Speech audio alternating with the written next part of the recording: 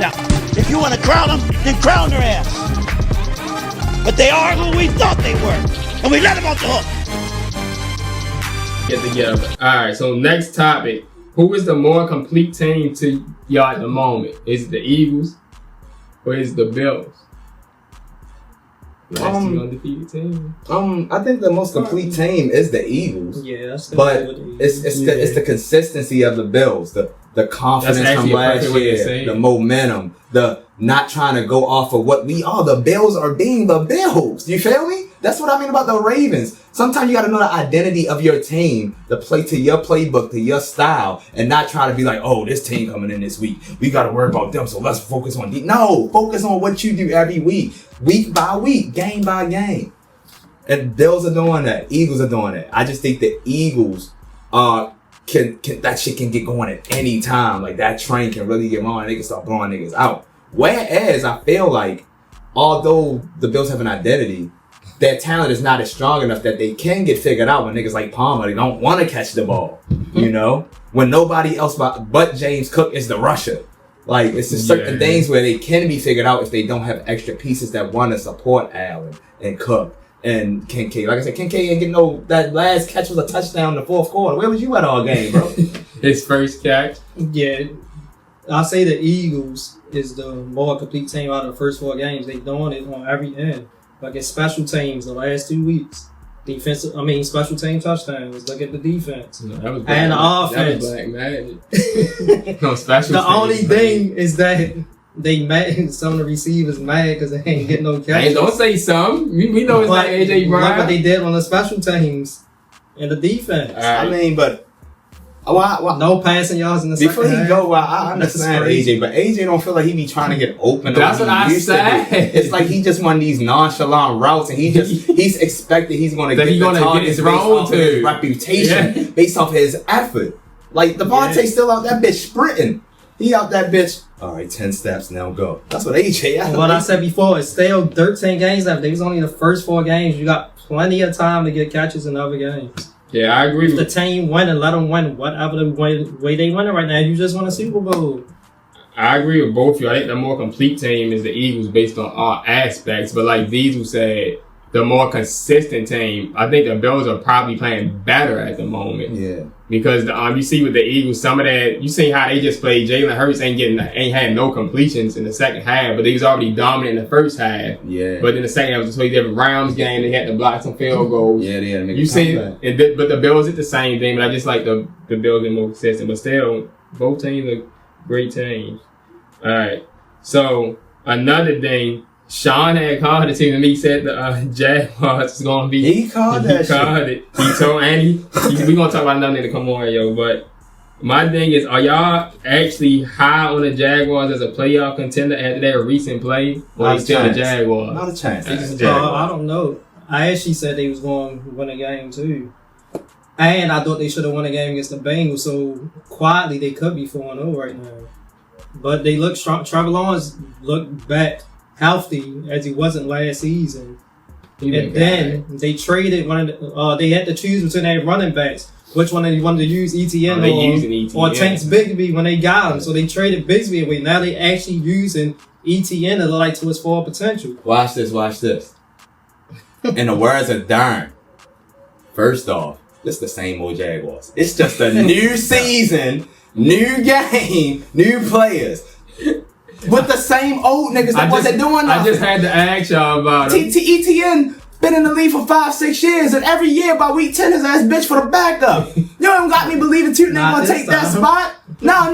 That's been the years where you had Travis Etienne or one of us had Etienne, and the nigga been doing good. 150 yards out the gate. And then by week 10, niggas stopped doing something. We've seen Travis Lawrence on his game first 8 to 10 weeks of the season, and then near the end of the season, be like, Trevor Lawrence only has a touchdown to interception ratio of 4-4 in the last 5. We've seen these. Now we've seen him. We've seen so many different talented receivers come on that team, and they've been on and off, not be able to be all pro. Why I'm supposed to believe that this year, Thomas and Travis Hunter, who can barely get a pass, I don't want to make the excuses. So he only playing this many plays. Nigga, that's enough for you to target him on those plays. Yeah. All my thing is, if you know you're focusing Hunter on both offense and defense, anytime that nigga comes in the game, this would be a 50-50 chance that play going to him. Or why bring him in the game? And Brian Thompson understand what he's saying, but when you're all pro like this, you see what niggas can do. The same thing I said about Marvin Harrison. Marvin Harrison can't throw the ball to himself, but we seen him drops.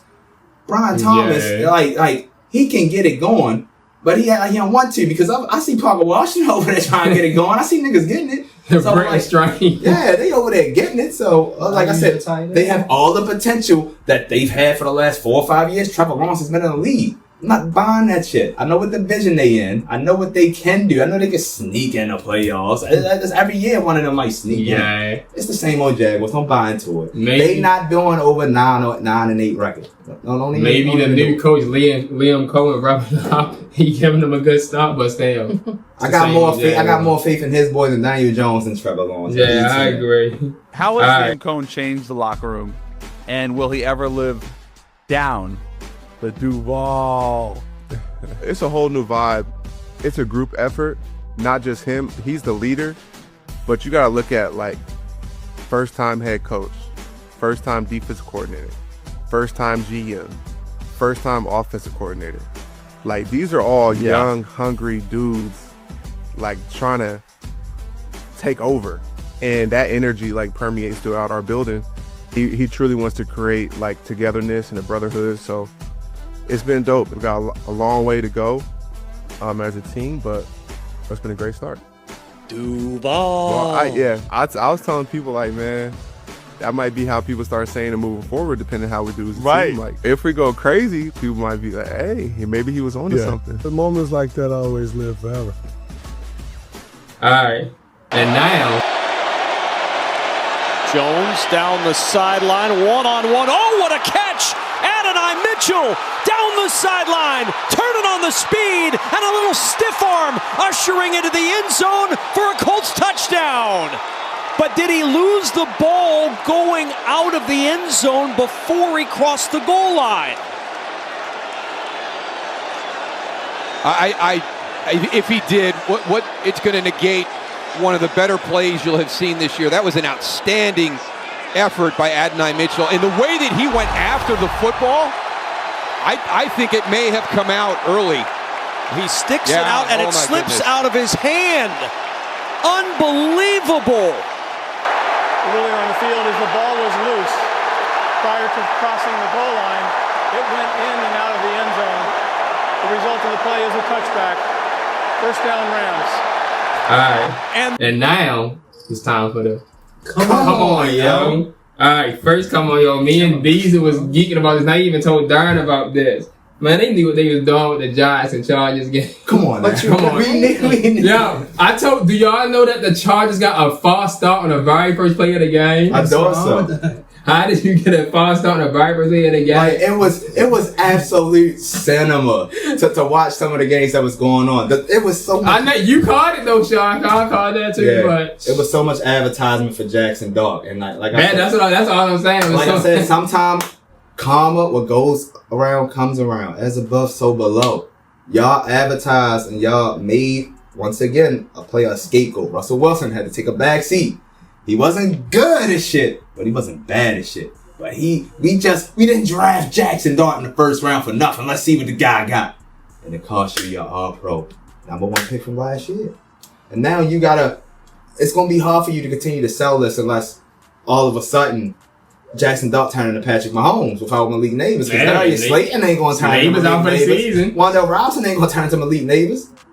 I ain't got nothing against Jaxson Dart, but I ain't got nothing against Russell Wilson either. And this was scripted excellence against an excellent Chargers team who had no business at all even getting a loss, let alone being in a battle with a Jaxson Dart-led Giants. The only difference in the team was Russell Wilson and Jaxson Dart.